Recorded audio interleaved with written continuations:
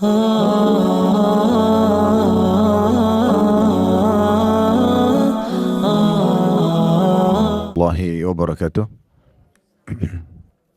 Alhamdulillah, tidak pernah berhenti kita selalu memuji dan memuja Allah, dan banyak sekali nikmat Allah melimpah kepada kita yang harusnya kita nikmati dan kita syukuri.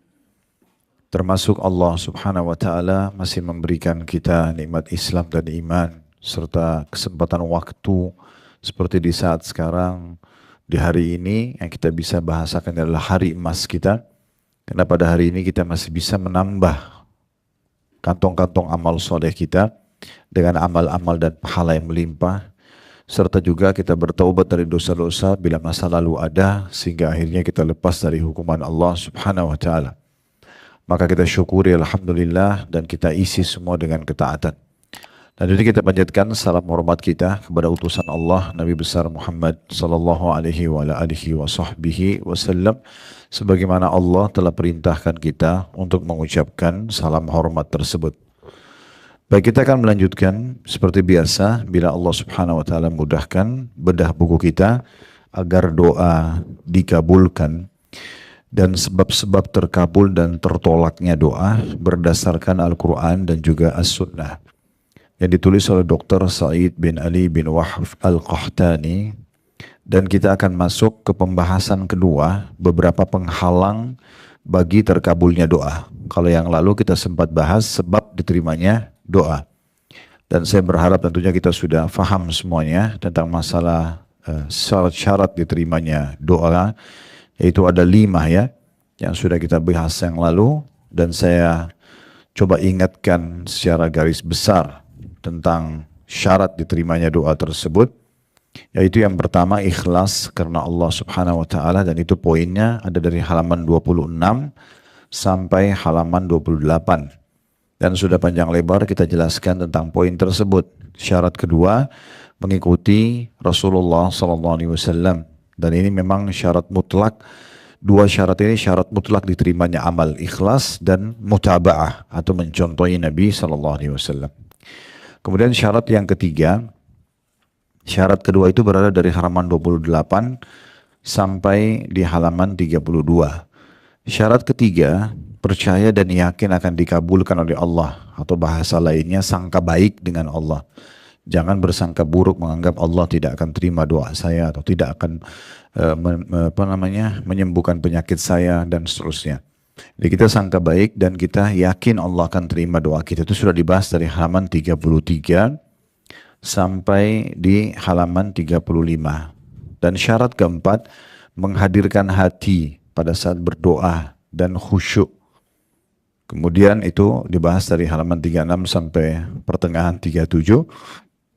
Yang terakhir syarat kelima yang kita bahas pada pertemuan lalu, adanya keinginan yang kuat dan tekad dan kesungguhan dalam berdoa. Artinya jangan bercanda, jangan hanya kapan ada waktu dan seterusnya.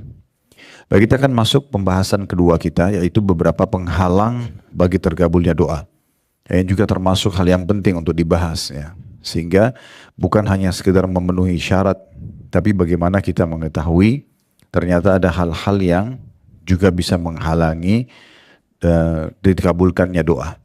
Walaupun Bapak Ibu sekalian memenuhi 5 syarat tadi, tapi ternyata masih ada penghalang yang kita lahirkan dalam doa kita.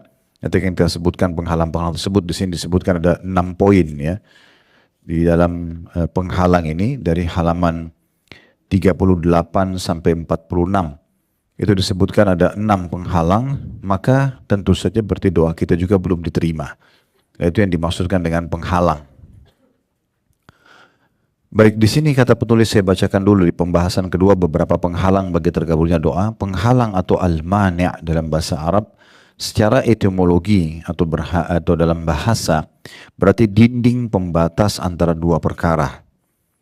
Apa yang karenanya ada, apa yang karena adanya mengharuskan tidak adanya sesuatu, tapi tidak adanya tidak mengharuskan adanya tidak adanya sesuatu secara zat. Ini adalah lawan dari definisi syarat. Maksudnya bukan berarti kalau kita penuhi sesuatu perbuatan lalu kemudian kita datangkan penghalangnya, kemudian kita berharap itu bisa dikabulkan sebagaimana kami jelaskan tadi. Itu yang dimaksudkan dengan permasalahan ini. Dan langsung saja kita masuk ke masalah penghalang-penghalang terkabulnya doa yang diinginkan oleh penulis yang disampaikan di sini. Yang pertama di sini adalah keleluasaan atau bersenang-senang atau merasa gembira dengan sesuatu yang haram, baik makanan, minuman, pakaian, ya, atau yang lainnya dikonsumsi, ya, seperti misalnya obat-obatan, ya, walaupun obat medis, obat dokter, tetap kalau ada sesuatu haramnya nggak boleh Bapak Ibu konsumsi. Makanya Nabi SAW mengatakan dalam hadis yang sahih, Allah tidak menjadikan kesembuhan kalian pada hal-hal yang ia haramkan. Jadi kalau dokter bilang ibu dan bapak tidak bisa sembuh kecuali minum obat ini, tapi obat ini dari babi misalnya, nggak boleh. Ya. Karena Nabi SAW bilang Allah tidak mungkin jadikan kesembuhan pada sesuatu yang ia haramkan. Dan Nabi SAW sudah mengatakan Allah tidak turunkan satu penyakit kecuali Allah turunkan bersamanya obatnya. Maka berobatlah wahai hamba-hamba Allah. Nah, Nabi SAW sudah pastikan pasti ada obatnya yang halal, tidak harus yang haram. Karena memang dipastikan tidak ada satu penyakit pun kecuali pasti Allah sudah turunkan obat bersamanya.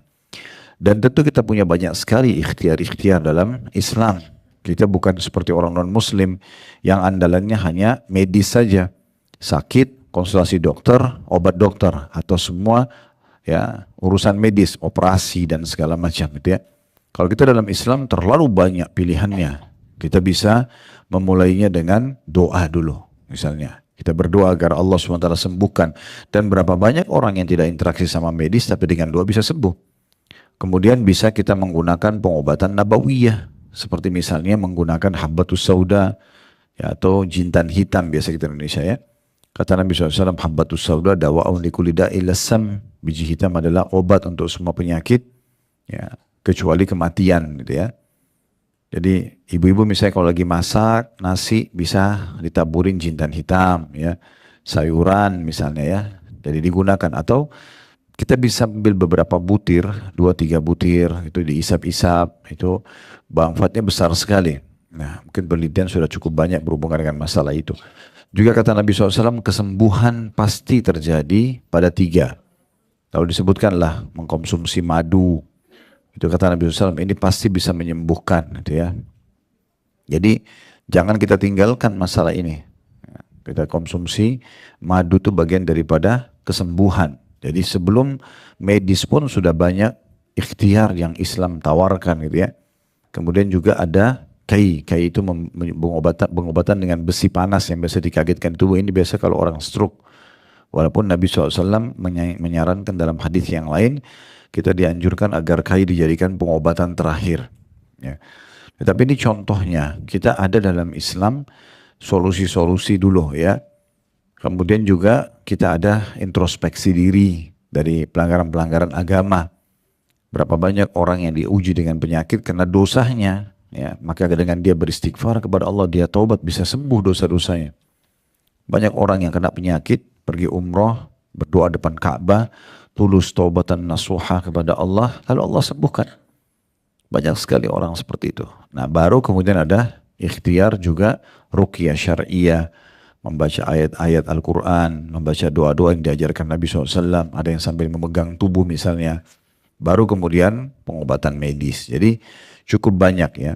Nah ini juga dalam masalah makanan, minuman, kita dianjurkan fokus kepada yang halal. Jadi nggak apa-apa Bapak Ibu kritis masuk ke sebuah restoran tanya ini halal atau tidak ya.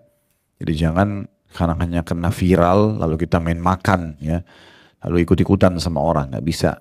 Karena nanti salah satu penolak doa itu adalah atau penghalang diterimanya justru makanan minuman yang haram. Masuk dalam masalah ini juga pakaian ya, pakaian-pakaian yang haram ini juga bisa ya menjadi penolak doa tersebut. Baik, kita dengarkan bagaimana dalil tentang penghalang pertama ini sehingga doa tidak diterima, yaitu makanan, minuman, pakaian dan obat-obatan yang haram. Hadisnya dari Abu Hurairah radhiyallahu anhu, beliau berkata bahwasanya Rasulullah sallallahu alaihi wasallam bersabda, yang berbunyi ayuhan nas innallaha tayyibun la yakbalu illa tayyiba wa innallaha amara al-mu'minina bima amara bihil mursalin faqala ya ayuhar rusulu kulu minat tayyibati wa'amalu saliha inni bima ta'amaluna alim wa qala ya ayuhalladhina amanu kulu min tayyibati ma razaqnakum thumma dhakara ar-rajulu yutilu as-safara ash'athu akbar yamuddu yadayhi ila as-sama'i ya rabbi wa mat'amuhu haram wa mashrabuhu haram wa malbasuhu haram wa ghudhiya bil haram fa anna yustajabu lidzalik fa anna yustajabu lidzalik, yang artinya wahai sekalian manusia, kata Nabi SAW, sungguhnya Allah itu maha baik. Makna daripada tayyib Bapak Ibu sekalian itu bisa bermakna baik, sempurna, bersih. Semua itu bisa masuk dalam makna tayyib ya. Allah itu tayyib, maha baik, maha sempurna, maha bersih, maha rapi ya. Dan tidak menerima kecuali sesuatu yang baik pula, yang tayyib pula. Sesungguhnya Allah memerintahkan orang-orang beriman dengan sesuatu yang dia perintahkan kepada para rasul sesuai dengan firman-Nya yang artinya hai rasul-rasul, makanlah dari makanan yang baik-baik dan kerjakanlah amal yang soleh. Sesungguhnya kata Allah, aku maha mengetahui apa yang kamu kerjakan. Terjemahan surah Al-Mu'minun ayat 51. Kemudian juga firman Allah Subhanahu wa taala dalam surah Al-Baqarah 172, hai orang-orang beriman, makanlah dari antara rezeki yang baik-baik yang kami berikan kepadamu. Kemudian Rasulullah SAW menyebutkan tentang seseorang laki-laki yang bepergian jauh dengan rambut kusut dan juga berdebu, lalu menengadahkan kedua belah tangannya ke langit sembari berdoa, wahai Tuhanku, sedangkan makanannya haram, minumannya haram, pakaiannya haram, dan diberikan makan dari sesuatu yang haram, maka bagaimana mungkin dikabulkan doa itu untuknya. Hadis ini kita bedah dulu, Bapak Ibu sekalian, kita coba korek faedahnya. Yang pertama, adanya penyebutan sifat Allah, bahwasanya Allah itu maha suci, maha sempurna ya. Dan Allah membuat kita pun sebenarnya mengarah ke sana. Walaupun kita tidak mungkin sempurna seperti Allah SWT, tidak mungkin. Tapi contoh Allah misalnya mau kita berpakaian yang sempurna. Menutup aurat, memakai pakaian yang bagus. Terbukti kalau kita pakai pakaian yang bagus, kita merasa nyaman, manusia pun nyaman menilainya dan melihatnya. Supaya kita begitu. Di saat misalnya badan kita segar habis mandi, dan kita lebih percaya diri dengan itu. Dan kalau kita gerah, kita sendiri merasa nggak nyaman. Mungkin kalau ada bau badan, maaf orang dekat kita juga tidak suka. Supaya kita selalu segar, gitu kan. Kita kalau habis sikat gigi, kumur-kumur misalnya dengan mouthwash, misalnya obat kumur, kita lebih percaya diri bicara sama orang dibandingkan memang kita belum sikat gigi. Dan apalagi maaf habis makan banyak jenis makanan dan mengeluarkan bau yang kurang sedap, misal contoh. Dan seterusnya. Mata kita itu suka melihat penataan yang rapi. Kenapa ada orang tinggal di Jakarta, tapi juga tetap weekendnya nginap di hotel di Jakarta? Apa yang dia beli dari hotel itu? Padahal sama saja. Sama-sama pindah dari tempat tidur ke tempat tidur. Bahkan hotel itu lebih kesannya ruangan, kamarnya yang dibeli. Karena dia beli suasana rapinya. Yang dijual oleh hotel tersebut adalah suasananya. Rapi penataan kamarnya, penataan hiasannya, meja kerjanya, lighting lampunya misalnya, apalah gitu ya. Mungkin ditambah dengan itu interior, eksteriornya juga mungkin dengan taman-taman yang rapi. Kenapa? Karena memang fitrahnya manusia, secara alami mereka suka itu.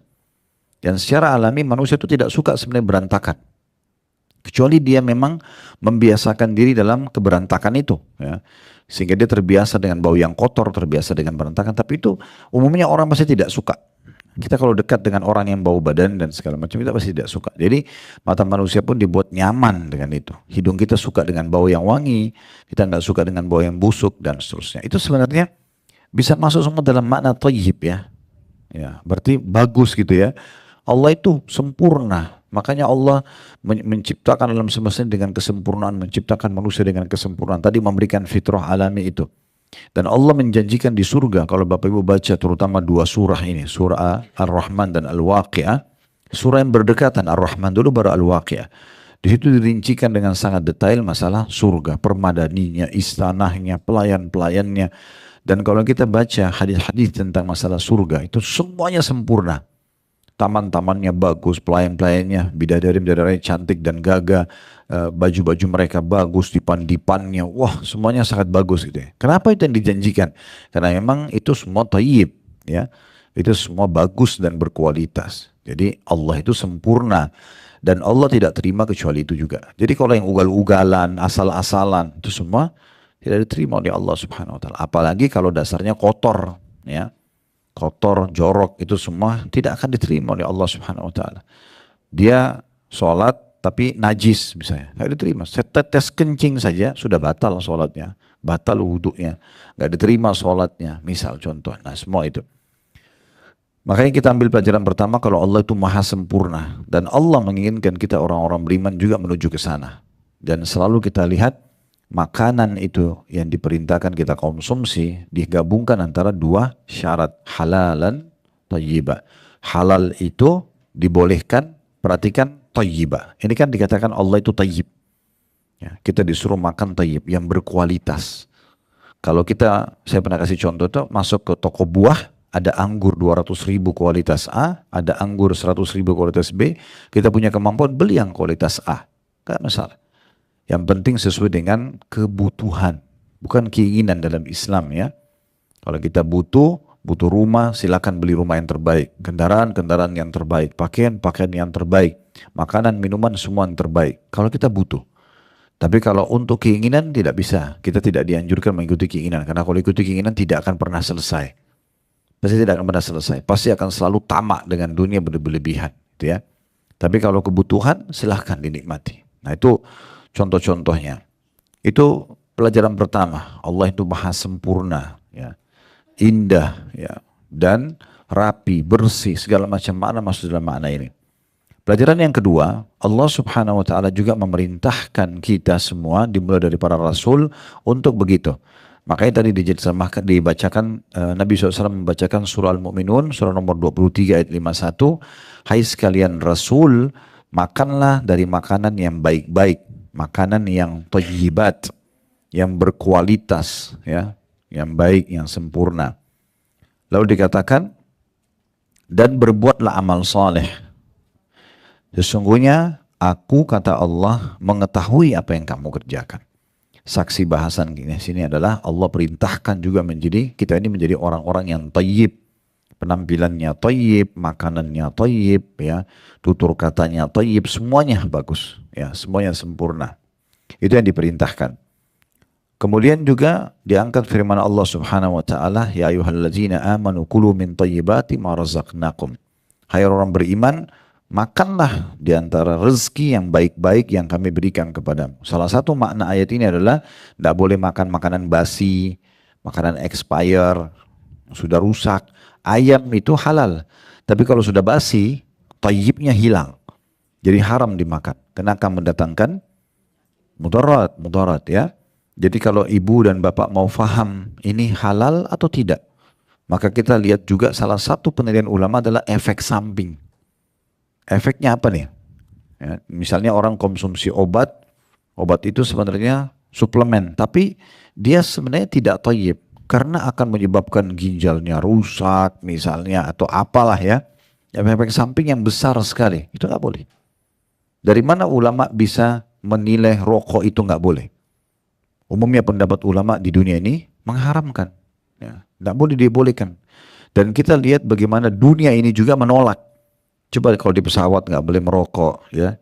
Kalau di bus yang ber-AC nggak boleh merokok, di kereta nggak boleh merokok, gitu kan? Di bandara tuh dikasih ruangan khusus aja mereka sama-sama perokok semuanya. Udah kalau sakit deh di sana, gitu kan? Di pemerintah taruh iklan bukan cuma Indonesia, rokok bisa membunuhmu, bisa menyebabkan impoten lah, inilah segala macam. Dari mana dikeluarkan hukum haramnya? Karena dia nggak thayyib lagi. Dia udah nggak thayyib. Efek sampingnya bahaya sekali, kan gitu. Makanya pernah ada satu orang guru SD, dia merokok sekian tahun, dia masuk ke satu masjid. Ini kita bicara masalah makanan dan minuman, karena biasa kan orang bilang ya itu bagian daripada yang dikonsumsi, gitu ya. Dia sudah lama merokok dan kebetulan dia masuk ke masjid di dekat rumahnya di Jeddah. Syekhnya itu lagi membahas tentang Allah menghalalkan thayyibat dan mengharamkan khaba'ith. Allah menghalalkan yang baik-baik, Allah mengharamkan yang buruk-buruk. Gitu kan. Nah syekhnya kasih contoh salah satunya rokok gitu. Terus dia bilang, dia sempat cut pengajian, dia mengatakan, Syekh, Anda mengatakan tadi kalau rokok itu tidak baik. Saya bertahun-tahun merokok nggak pernah sakit. Saya nggak ada masalah gitu. Dari mana tidak toyibnya? Tolong jelaskan ke saya. Kata syekhnya, jadi Anda menganggap rokok itu bagus? Dia bilang, iya. Toyib berarti? Iya. Oke. Kalau begitu, saran saya kata syekhnya, sekarang kamu pulang, beli rokok yang banyak, berikan istri kamu, berikan anak kamu, kasih mereka konsumsi juga. Dengan akal sehatnya guru ini dia paham. Dia keluarin rokok dari kantongnya dibuang. Dia bilang, saya tahu kenapa sekarang haram. Kalau itu baik silakan bagi-bagiin orang semuanya. Anak bayi pun kasih aja. Kan tidak baik. Kan gitu.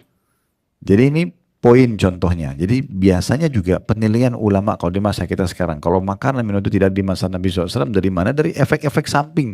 Mudarat yang datang. Karena sudah tidak thayyib lagi. Enggak thayyib lagi. Ya. Ini bisa kita tarik dalam semua lini kehidupan kita. Ini penting untuk digarisbawahi. Ini pelajaran kedua. Bahwasanya pelajaran pertama tadi Allah itu thayyib, sempurna, rapi, bersih. Kemudian pelajaran kedua dari dua potongan ayat tadi, surah Al-Mu'minun ayat 51 dan Al-Baqarah 172, Allah menyuruh kita juga menjadi orang-orang yang thayyib makanannya, thayyib pakaiannya, semuanya bagus gitu ya. Dan sudah kita berikan contoh rasional tadi. Kita juga menghidangkan makanan buat diri kita dan buat orang sekitar kita. Kalau yang bagus, orang juga semangat makan, pahalanya juga jadi besar.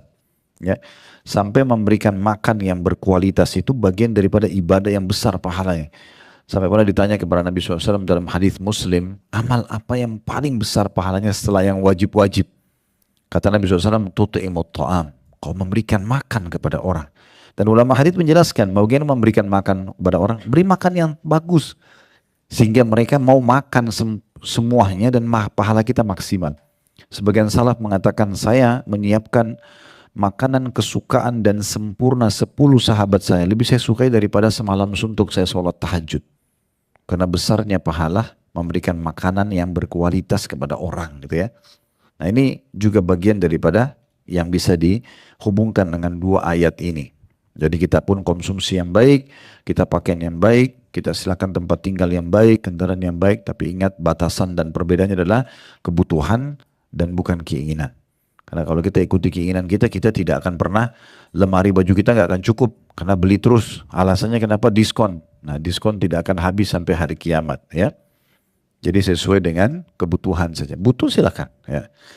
Pelajaran ketiga ini jadi saksi bahasan kita. Di potongan akhir hadis Nabi SAW menyebutkan, ada orang yang diberikan ciri-ciri luar biasa di sini ya. Bepergian jauh. Dalam kondisi rambutnya kusut.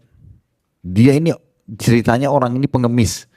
Dia pergi jauh karena mengemis sana sini sampai membuat rambutnya kusut, badannya berdebu ya. Lalu kemudian saking susahnya hidupnya dia pun menengadahkan ya, mengangkat tangannya ke langit sambil mengatakan wahai Tuhanku, wahai Tuhan. Seakan-akan dia bilang berikan aku rezeki, aku miskin, aku susah gitu ya. Minta sama Allah. Nah ini penghalangnya. Kata Nabi SAW, bagaimana diterima dari dia? Sedangkan ini penghalangnya, makanannya haram, minumannya haram, pakaiannya haram. Dia sendiri kalau makan, minum, ya dia cari dari yang haram. Dan juga dia diberi makan dari sesuatu yang haram. Bagaimana mungkin dikabulkan untuknya? Perhatikan potongan terakhir ini penting ya. Yang kata Nabi SAW, dan dia diberi makan dari yang haram. Di sini ada sebuah hukum keluar. Atau dikeluarkan oleh para ulama. Kalau bapak ibu diberikan makanan oleh seseorang dan bapak ibu tahu dari sumber income haram, nggak boleh makan. Kalau kita tahu sumbernya dia income-nya haram. Maaf, dari pelacuran, dari riba, ya, dari hal-hal atau manipulasi data misalnya. Dan dia tidak punya sumber income lain, dan kita dikasih dan kita tahu itu dari situ, nggak boleh kita makan. Karena di sini dikatakan, ya sebenarnya kan potongan hadis perhatikan ya, sudah cukup sebenarnya Nabi bilang, sedangkan makanannya, minumannya, pakaiannya haram. Kan harusnya sudah cukup ya. Tapi Nabi tambahkan, dan dia diberi makan dari yang haram. Maksudnya pemberian orang. Nah bagaimana doanya diijabah? Jadi harus hati-hati. Tapi kalau bagaimana hukumnya? Bagaimana hukumnya kalau seandainya ada orang kasih kita nggak tahu? Itu nggak apa-apa. Itu hukum umum namanya. Kembali kepada hukum umum, ya. Kita tidak tahu maka boleh kita konsumsi. Baca Bismillah nggak masalah. Tapi kalau kita jelas tahu sumbernya dia ini haram, jangan dikonsumsi. Nggak boleh. Ya. Di sini penulis setelah mengangkat hadits ini mengatakan, menurut satu pendapat, sebagaimana pendapat Ibnu Rajab rahimahullah, bahwa makna hadits ini adalah, ya, sesungguhnya Allah tidak akan menerima segala amal, melainkan amal yang baik, lagi bersih dari apa-apa yang bisa merusak ibadah, seperti riya dan rasa ujub. Ujub itu berbangga-bangga, ya.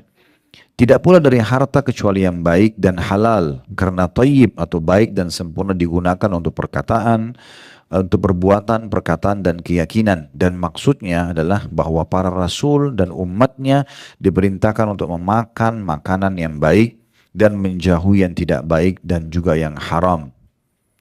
Juga di akhir hadis disebutkan bahwa sebab tidak terkabulnya doa adalah karena leluasa atau bersenang-senang dalam perkara-perkara haram, seperti makan, minum, pakaian, dan mengkonsumsi barang yang haram. Oleh karena itu, para sahabat Rasul dan orang-orang soleh sangat berusaha keras untuk mendapatkan makanan yang halal dan menjauhi yang haram. Nah, ini semua 3 paragraf terakhir yang saya bacakan rincian daripada hadis tadi yang sudah kita coba korek 3 mutiara ilmunya. Ya, jadi seorang muslim memang harus jeli sekali. Ya, dia tahu apa yang masuk dalam tubuhnya. Ya, sampai banyak di antara ulama-ulama dulu mengatakan, ya, saya tidak akan pernah, ya, memasukkan sepotong makanan ataupun seteguk air ke tenggorokan saya kecuali saya sudah tahu sumbernya halal atau tidak. Jadi saking pekahnya, mereka tidak mau sama sekali. Abdullah bin Hudzafah radhiyallahu anhu, salah satu sahabat Nabi, itu pernah ditangkap oleh Raja Romawi karena pasukan muslimin waktu itu ada di antara mereka beberapa prajurit ditawan, di antaranya Abdullah bin Hudzafah. Ini pernah kami buat serial Tablik Akbar Sahabat hari Sabtu kedua di Blok M waktu itu, penjelasan tentang beliau. Salah satu yang sangat masyhur adalah beliau ditawan, kemudian beberapa temannya, karena dia panglimanya, beberapa prajuritnya dibunuh oleh Raja Romawi. Tapi dia tidak dibunuh dulu. Ya. Dia didatangkan oleh Raja Romawi, ditawarkan, mau nggak kamu pindah ke Nasrani dan saya akan berikan kepadamu setengah kerajaanku. Disaksikan oleh semua prajurit, Perdana Menteri di sana, siap dibuatkan akad kesepakatan. Artinya dia tinggal nyatakan dia murtad dari Islam, dikasih setengah kerajaan Romawi. Ini luar biasa. Apakah jawabannya dia? Dia bilang, kalau seandainya Anda memberikan saya semua kerajaan di muka bumi ini, mau orang Ajam atau orang Arab, bukan cuma kerajaan Romawi, semua muka bumi ini, itu saya diberikan, saya tidak akan tinggalkan agama Islam. Nggak ada urusan. Dan ini saking luar biasa tertanam iman dalam hatinya, nggak tergoda dengan harta. Lalu kemudian si raja ini marah sambil mengatakan, kalau gitu saya akan bunuh kamu. Dia bilang, silahkan. Mau bunuh saya, tidak ada masalah. Saya kalau tidak mau tinggalkan Islam, dia akan dibunuh. Dia oke, dia terima, silahkan bunuh saja. Karena berani sekali Raja Romawi ini, khawatir dia malah yang dipermalukan gitu. Kalau dia bunuh orang ini, dia sudah tantang orang ini dan orang ini terima tantangannya. Maka dia bilang sama prajuritnya, coba kurung dia, ya, di penjara, jangan kasih makan. Dikurung di penjara, gak dikasih makan berapa hari, makanan-makanan yang rutin, tapi dimasukkan ke penjaranya babi yang sudah dimasak dengan aroma yang wangi gitu ya, dibuat dengan rempah-rempah dan ditaruh khamr. Sampai 3 hari selalu dihidangkan, dia tidak pernah sentuh. Tubuhnya pun sudah sangat lemah gitu kan. Akhirnya dilaporkan kepada kaisarnya nih, kalau ini orang nggak mau makan, percuma, nanti dia akan mati. Kalau mau dibiarkan mati begitu silahkan, tapi kalau ada program lain dalam menyiksa dia, ya ini harus segera, kalau ini orang akan mati 3 hari nggak makan, nggak minum. Kata kaisarnya, dikeluarkan. Ditanya, kenapa kau nggak makan dan minum? Padahal kau kan bisa mati kalau nggak makan. Dia bilang, ini diharamkan oleh agama saya. Saya tidak akan mungkin mengkonsumsi sesuatu yang telah diharamkan dalam agama, walaupun saya harus mati. Ya. Dan saya juga tidak akan membiarkan Anda ini akan menghina agama saya. Ya, seakan-akan nanti tuh lihat orang Islam ternyata kalau kepepet makan juga yang haram. Enggak, saya lebih baik pilih mati. Ini luar biasa imannya gitu kan. Ini sahabat Nabi. Maka Kaisar mengatakan, datangkan prajuritnya. Didatangkan satu bejana besar, dimasak air mendidih sampai panas sekali. Kemudian didatangkan prajurit muslim, didorong. Begitu dimasukkan ke dalam air panas itu, keluar tinggal tulang belulang dalam hitungan detik saja karena panasnya. Lalu Abdullah bin Hudzafah ini disuruh digiring ke sana. Begitu digiring dia menangis. Abdullah bin Hudzafah menangis gitu. Kata prajurit-prajuritnya pada Kaisar, dia nangis. Kata dia, coba datangkan, mungkin dia sudah mau tinggalkan agamanya. Prajurit ditanya, kenapa kau menangis? Dia bilang, saya menangis karena saya cuma punya satu nyawa. Saya berharap punya ribuan nyawa yang kalau mati, hidup lagi, dilempar lagi, biar mati terus dalam agama. Demi untuk agama. Kaisar putus asa, ini orang udah nggak bisa diganggu imannya. Kata Kaisar, saya bisa bebaskan kamu, tapi dengan syarat kau cium kepala saya. Nah, orang-orang di masa dulu itu kalau cium kepala itu penghormatan, ya. Kata Abdullah bin Hudzafah, syaratnya ada. Saya akan cium, tapi dengan syarat semua tawanan muslim dilepaskan. Kata Kaisar, baik. Dicium kepalanya sama dia, kemudian dibawa pulang semua tawanan muslim, ya, dan juga dia diberikan banyak hadiah. Banyak sekali, pakaian-pakaian bagus, berikan harta sampai dia pulang. Waktu Umar bin Khattab tahu ceritanya, Umar bin Khattab mengatakan itu di masa kerajaannya dia. Dia bilang pantas bagi setiap muslim untuk mencium kepalanya Abdullah dan saya akan memulainya. Maka dia pun mencium kepalanya Abdullah. Tapi kita bisa lihat bagaimana kokohnya seorang muslim. Walaupun harus mati, dia nggak akan makan yang haram. Kenapa? Kita yang masih sehat, masih banyak pilihan halal, masih nggak peduli. Jangan karena ini restoran Korea, restoran Jepang terkenal, lalu kita main makan tidak tahu halal atau tidak. Bukan tidak boleh, tapi harus kritis, halal gak? Kalau sudah ada sertifikasi halal silahkan, gak ada masalah. Kan gitu. Jangan hanya karena viral main makan, berbawa nanti sebentar berdoa gak akan diterima. Gitu. Apalagi kita tidak tahu efeknya. Toh juga kan kita pahami begini ya Bapak Ibu sekalian. Makanan itu kan cuma di ujung lidah. Ya, kalau rasa, kita bicara rasa, saya nggak bicara nutrisinya, vitaminnya, karena macam-macam makanan masing-masing punya kelebihan vitamin ya. Ada yang dominan vitamin A, vitamin B, vitamin D dan segala macam. Oke. Tapi kita bicara rasa, di mana rasa itu? Di lidah, ujung lidah saja. Kan gitu. Kalau kita rasa ini pedas, ini asin, oh ini enak, itu ujung lidah. Kalau sudah lewat ukuran sepertiga jari kita ke tenggorokan, kita sudah nggak tahu yang mana ayam, yang mana tempe, yang mana sambal, enak atau tidak. Udah nggak ada urusannya. Jadi jangan kena urusan ujung lidah saja ini, nafsu di sini, lalu kita masuk kepada sesuatu yang haram. Ya. Coba direnungi baik-baik gitu ya. Itu nggak ada manfaatnya kalau kita harus paksakan diri ke situ. Karena banyak orang tidak peduli, main sembarangan saja. Konsumsi ini dan konsumsi itu. Ini juga sekaligus saya sampaikan walaupun dia cuma korelasinya kecil sekali ya, karena bukan masalah haram atau halalnya, tapi seperti masalah pemboikotan terhadap produk-produk Yahudi sekarang. Dukung itu. Kenapa nggak didukung? Kenapa kalau ibu nggak minum kopi Yahudi misalnya atau makan? Kenapa kalau nggak makan minum? Masih banyak makanan lain gitu kan. Daripada makan makanan itu terkenal restorannya, lebih baik makan makanan Sunda kah, makanan apalah orang Betawi lah, banyak makanan tradisional kita yang enak-enak gitu. Kenapa harus ini? Oh tren, keren, foto di dalam restorannya lah, dalam kafenya lah. Ini saudara kita lagi dibantai di sana, kan gitu. Ini sayang banget ya. Bukan karena makanan mereka haram di sini, tapi permasalahannya ini peduli terhadap agama nggak? Kan gitu. Paling tidak kalau ibu dan bapak sekalian tidak bisa ikut perang sana, dukunglah dengan ini gitu kan.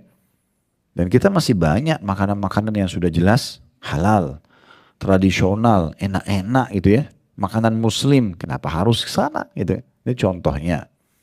Ini sedikit ada korelasi saya bilang tapi kecil, korelasinya bukan masalah haramnya tapi masalah kepeduliannya.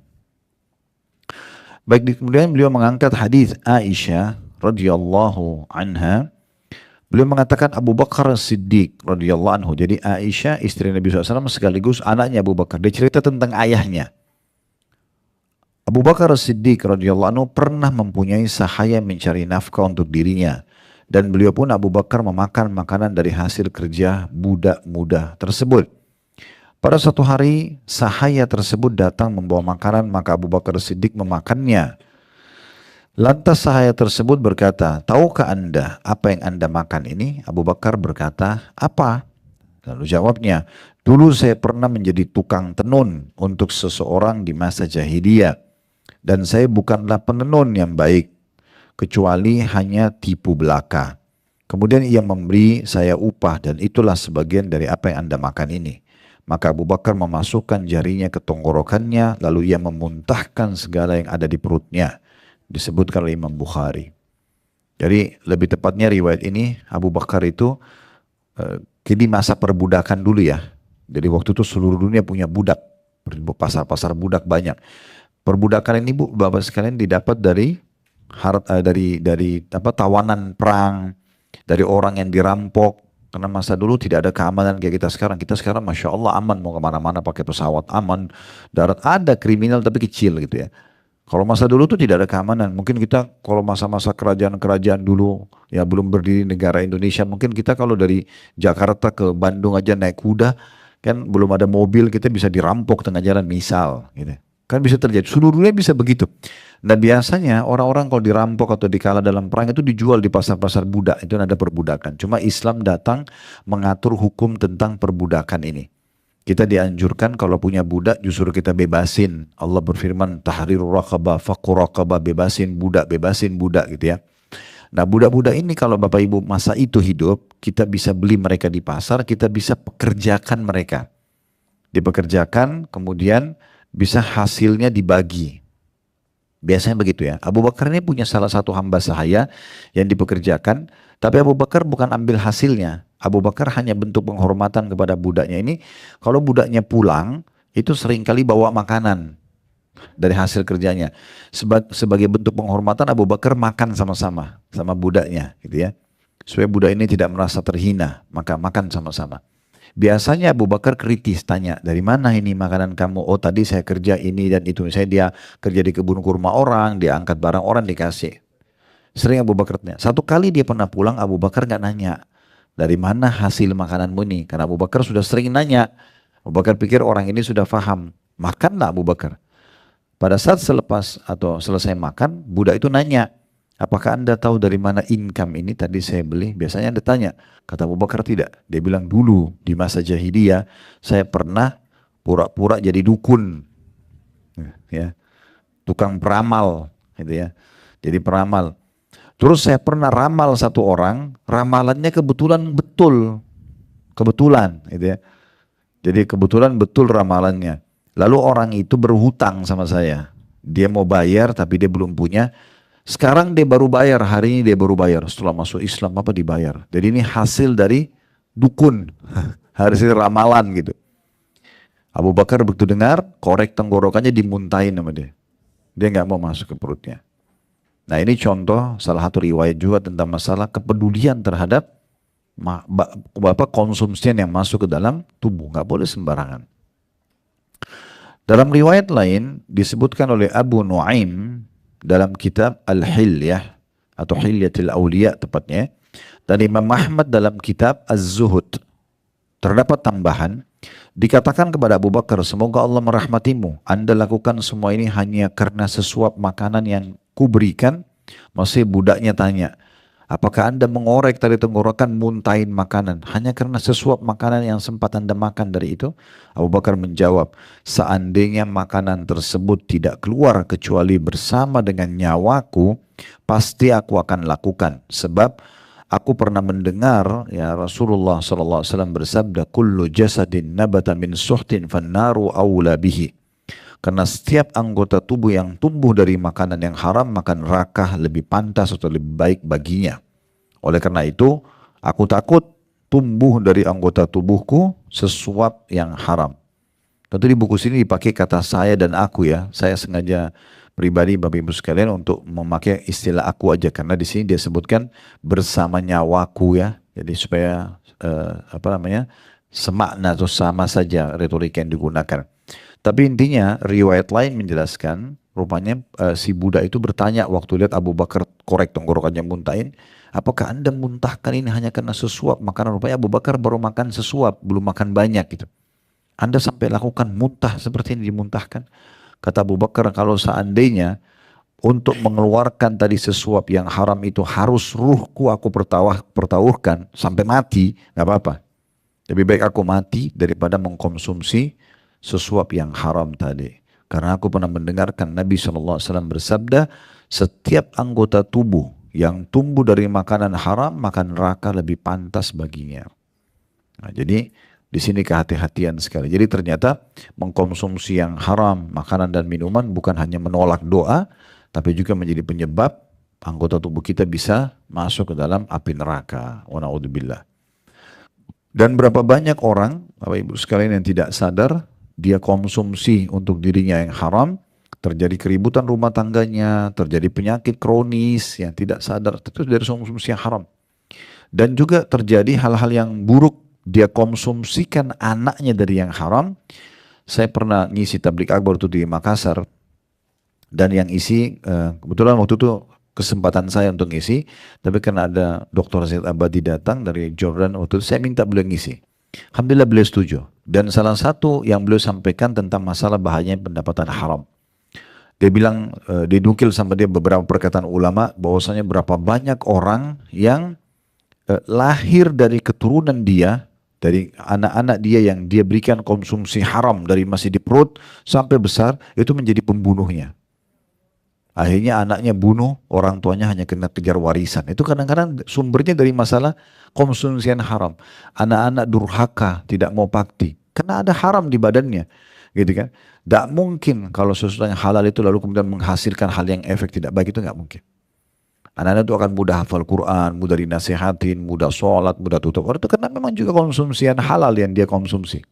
Makanya kita harus peka sekali dalam masalah-masalah seperti ini. Karena energi yang kita gunakan keseharian kan dari makanan dan minuman yang kita konsumsi. Dia. Di dalam hadis yang telah dibicarakan di awal, kata penulis, bahwa lelaki dalam cerita Rasulullah SAW yang bersenang-senang makanan, memakan yang haram, sebenarnya telah datang dengan 4 perkara yang semestinya merupakan sebab-sebab doa dikabulkan. Yang pertama, jadi maksudnya ingat tadi riwayat pertama ya, riwayat yang tadi orang yang safar, badannya lusuh, penuh dengan debu ya. Ini sebenarnya kata penulis, dalam riwayat itu ada 4 perkara pada diri orang itu sebenarnya diterima doanya. Yang pertama safar. Kan salah satu waktu mustajab itu pada saat safar. Nah orang itu lagi safar tuh diceritakan. Kata beliau ini berarti ada syarat dikabulkan doa sebenarnya dari orang tersebut. Yang kedua, pakaian dan keadaan yang memberikan kesederhanaan. Karena dia bajunya lusuh, berdebu. Ini berarti orang ini lagi susah. Ya. Dan Rasulullah SAW pernah bersabda, Rubba ash'athu madfu'in bil abwabi law aqsama ala Allahi la abarrah. Berapa banyak orang yang rambutnya kusut, berdebu, ditolak di depan pintu-pintu para pembesar dunia. Misalnya orang-orang yang punya kekayaan, bisa orang mengemis minta-minta, ditolak-tolak, tidak dikasih. Berapa banyak orang begitu keadaannya, rambutnya kusut, penampilannya susah gitu ya. Kotor karena memang dia nggak punya apa-apa, ditolak-tolak depan rumah orang. Tapi seandainya dia bersumpah dengan nama Allah, niscaya Allah akan tepati sumpahnya. Artinya bukan tolak ukur orang itu berantakan pakainya lalu tidak diterima oleh manusia lalu ditolak oleh Allah. Enggak. Justru banyak di antara mereka yang bersumpah atas nama Allah lalu Allah kabulkan. Ini hadis diriwayatkan Imam Muslim. Saya tiba-tiba teringat ada satu cuplikan ceramah, itu di musim haji. Ada satu grup travel datang dari Maroko waktu itu. Dan kebetulan yang punya travelnya menceritakan. Ya, lalu diviralkan waktu itu di musim haji. Dia cerita, dia bilang, saya datang di Mekah waktu itu, dan tiba-tiba saya dikagetkan informasinya hotel saya belum siap, padahal sudah bayar, kemudian juga tenda yang akan dipakai belum siap. Saya tidak tahu harus kemanakan jemaah saya, dia bilang. Uang sudah diterima sama orang yang akan melakukan apa yang kita booking gitu ya, handlingnya di sana. Tapi ini info tiba-tiba sudah tiba. Tapi kami sudah tiba, bukan masih di negara kami. Perjalanan dari Maroko ke Saudi lumayan gitu ya, cukup jauh karena itu di ujung Afrika Utara sana. Yang jelas Bapak Ibu sekalian, dia bilang saya pun tidak tahu harus buat apa. Saya coba beristighfar, saya coba berdoa sama Allah, tapi saya belum menemukan titik temu. Orang yang saya telepon itu nggak jawab-jawab. Ini apa solusinya? Jemaah satu bus 40-50 orang harus diselamatkan. Mau nginep di mana mereka, mau makan di mana, dia juga mau utang, ini bukan negaranya gitu ya. Tapi ada satu cerita unik dia cerita. Ini kisah nyata di musim haji. Dia bilang pas azan duhur, lagi mampir busnya antara Jeddah sama Mekah, itu istirahat seperti biasa gitu, istirahat di satu, terus sholat di satu masjid. Dia bilang selepas sholat, saya tiba-tiba melihat ada satu marbot masjid, cleaning service-nya yang bersih-bersihin masjid. Orang Saudi itu kan, pemerintah Saudi kan menyewa untuk seluruh Saudi itu orang-orang Bangladesh. Ya, karena mereka punya akad itu ya. Yang dulu saya dengar itu Indonesia pun masuk, tapi Bangladesh yang kalau tidak salah mungkin lebih murah penawaran gajinya, jadi diambil gitu ya. Nah mereka tuh mungkin dengan 600 real atau berapa itu sudah siap untuk bekerja di gaji. Makanya Masjid Haram itu penuh orang-orang Bangladesh gitu kan. Hampir semua, seluruh jalan-jalan Saudi, bukan cuma kota Mekah Madinah, hampir semuanya pakai jasa mereka. Tapi dia bilang ada satu orang Bangladesh yang bersih-bersihin masjid itu. Tinggal saya sama dia, kata pemilik travel. Tiba-tiba hati saya berpikir, kenapa saya nggak minta tolong orang ini doakan, dia bilang. Terus saya datang lalu saya bilang, dan itu orang juga bahasa Arabnya masih terbata-bata sebenarnya.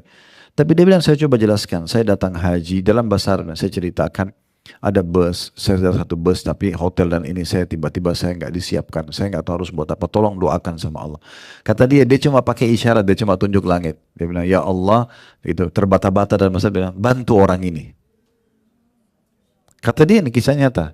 Dia bilang, hanya 5 menit setelah orang itu angkat tunjuk langit, ya Allah bantu orang ini. Oh, tukang cleaning service itu pergi, tinggalin dia. Dia bilang saya tiba-tiba ditelepon, hotel sama semuanya sudah siap. Ya. Nah, berapa banyak orang yang kadang-kadang penampilannya biasa, tapi dia luar biasa di sisi Allah SWT gitu ya. Nah, tapi yang jadi saksi bahasan kita adalah poin kedua. Salah satu penyebab juga bisa diterima doa kesederhanaan orang gitu ya. Kita jangan lihat penampilan orang, mungkin dia dekat sama Allah. Tapi di hadis tadi, selain dia safar, orang itu penampilannya seperti itu. Kumuh segala macam. Kata Dr. Said, ini berarti ada yang kedua yang harusnya penyebabnya diterima doanya. Yang ketiga, menengadahkan tangan ke langit, mengangkat tangan ke langit. Ini juga salah satu sebab diterimanya doa gitu ya. Dengarkan hadisnya, ini hadis diriwayatkan oleh Abu Daud dan juga Tirmidzi. Kata Nabi SAW, Inna Allah hayyun karim, yastahi min abdihi idha rafa yadihi ilaihi an yaruddahuma sifran khaibatain. Sesungguhnya Allah itu maha pemalu dan maha mulia. Dia Allah, ini kata ganti Allah, makanya D-nya besar. Dia amat malu terhadap hambanya, N-nya besar kata ganti Allah, terhadap hambanya apabila hambanya mengangkat kedua tangannya kepadanya lantas dia tolak dengan kosong dan kecewa. Artinya kalau orang angkat tangan ke langit mohon-mohon, itu Allah malu untuk mengembalikan tangannya kosong. Allah akan kasih dia. Berarti orang tadi yang disebutkan dalam hadis yang ditolak doanya, dia udah safar, dia udah pakaiannya sederhana gitu ya. Dia dalam kondisi susah lagi. Dia juga sudah menengadahkan tangannya ke langit. Ini 3 hal yang bisa mengundang doa diterima. Yang keempat kata beliau, mengulang-ulang permintaan dengan mengulang-ulang nama Allah, wahai Rabbku, wahai Rabbku. Dan ini merupakan bagian terpenting bagi terkabulnya doa. Namun bersama dengan keempat poin tadi, Rasulullah SAW mengatakan bagaimana mungkin doanya akan terkabul. Ini berbentuk pertanyaan yang tujuannya menggambarkan perasaan heran dan jauh dari kemungkinan dikabulkan.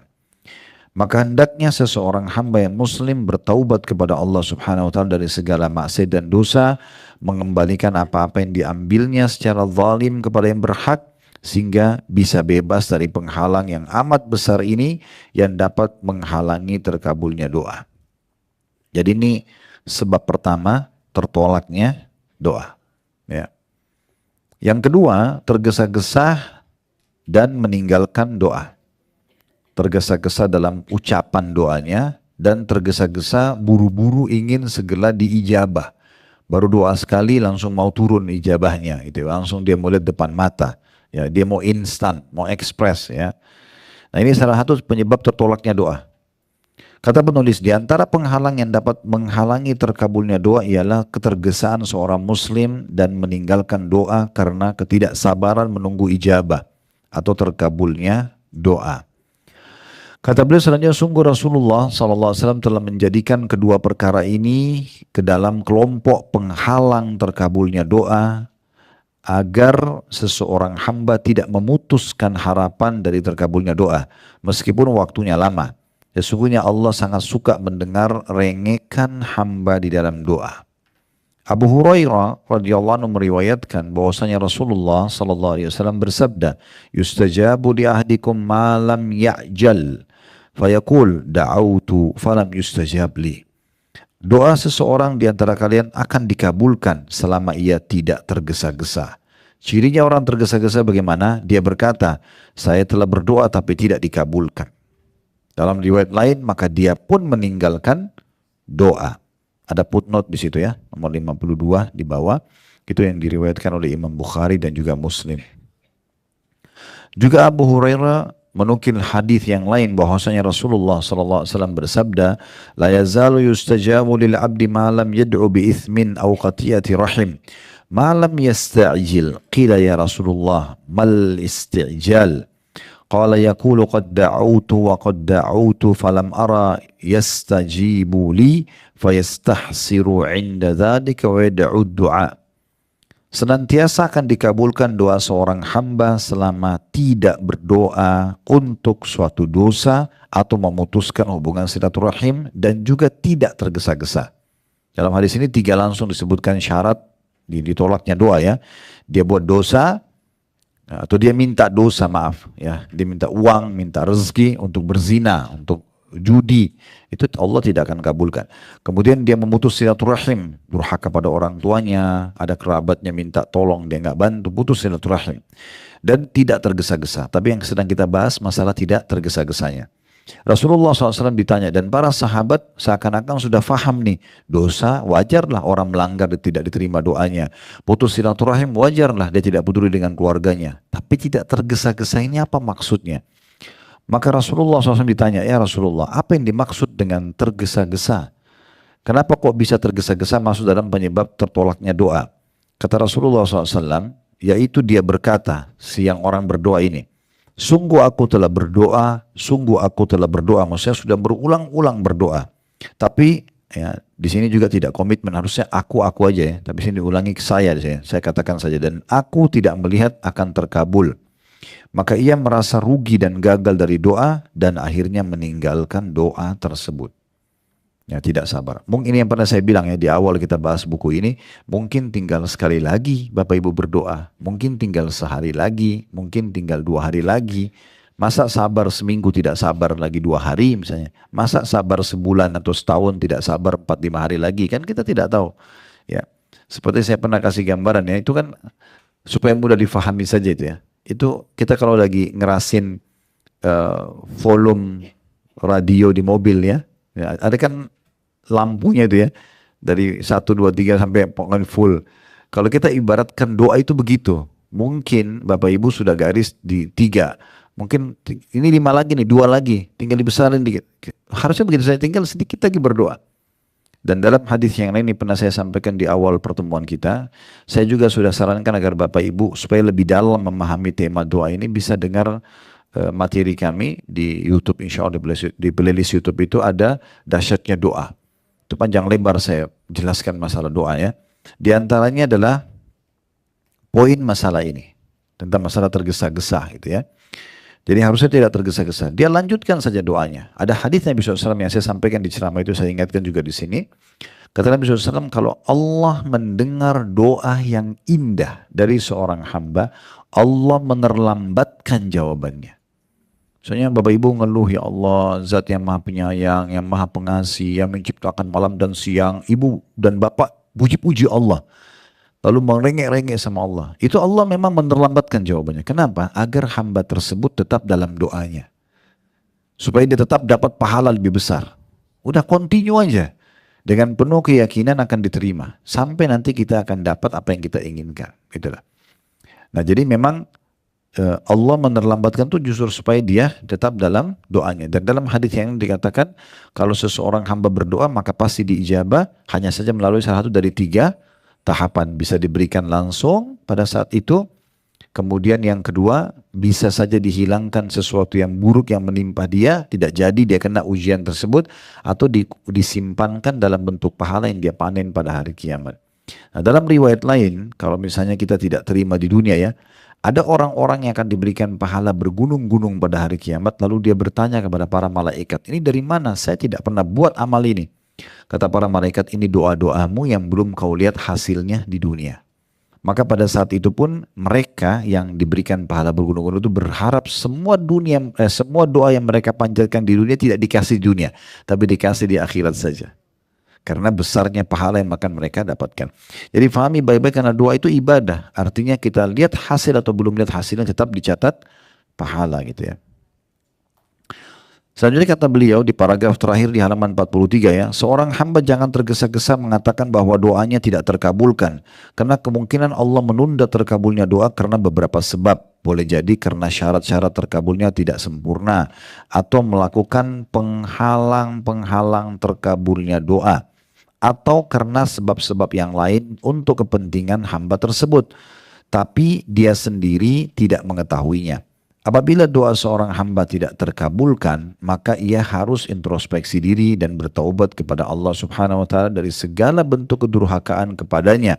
Maksudnya kepada Allah yang besar ya, kepadanya, dan gembira dengan kebaikan yang disegerakan dan yang ditunda. Allah Subhanahu wa taala berfirman di dalam surah Al-A'raf ayat 56. Yang berbunyi wala tufsidu fil ardi ba'da islahiha wad'uhu khaufan wa tama inna rahmatullahi qaribun minal muhsinin.